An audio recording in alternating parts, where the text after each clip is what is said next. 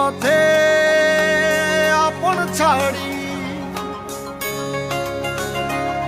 আর ভক্তরা শোনো, আমি 1 মাসের জন্য চলে যাচ্ছি।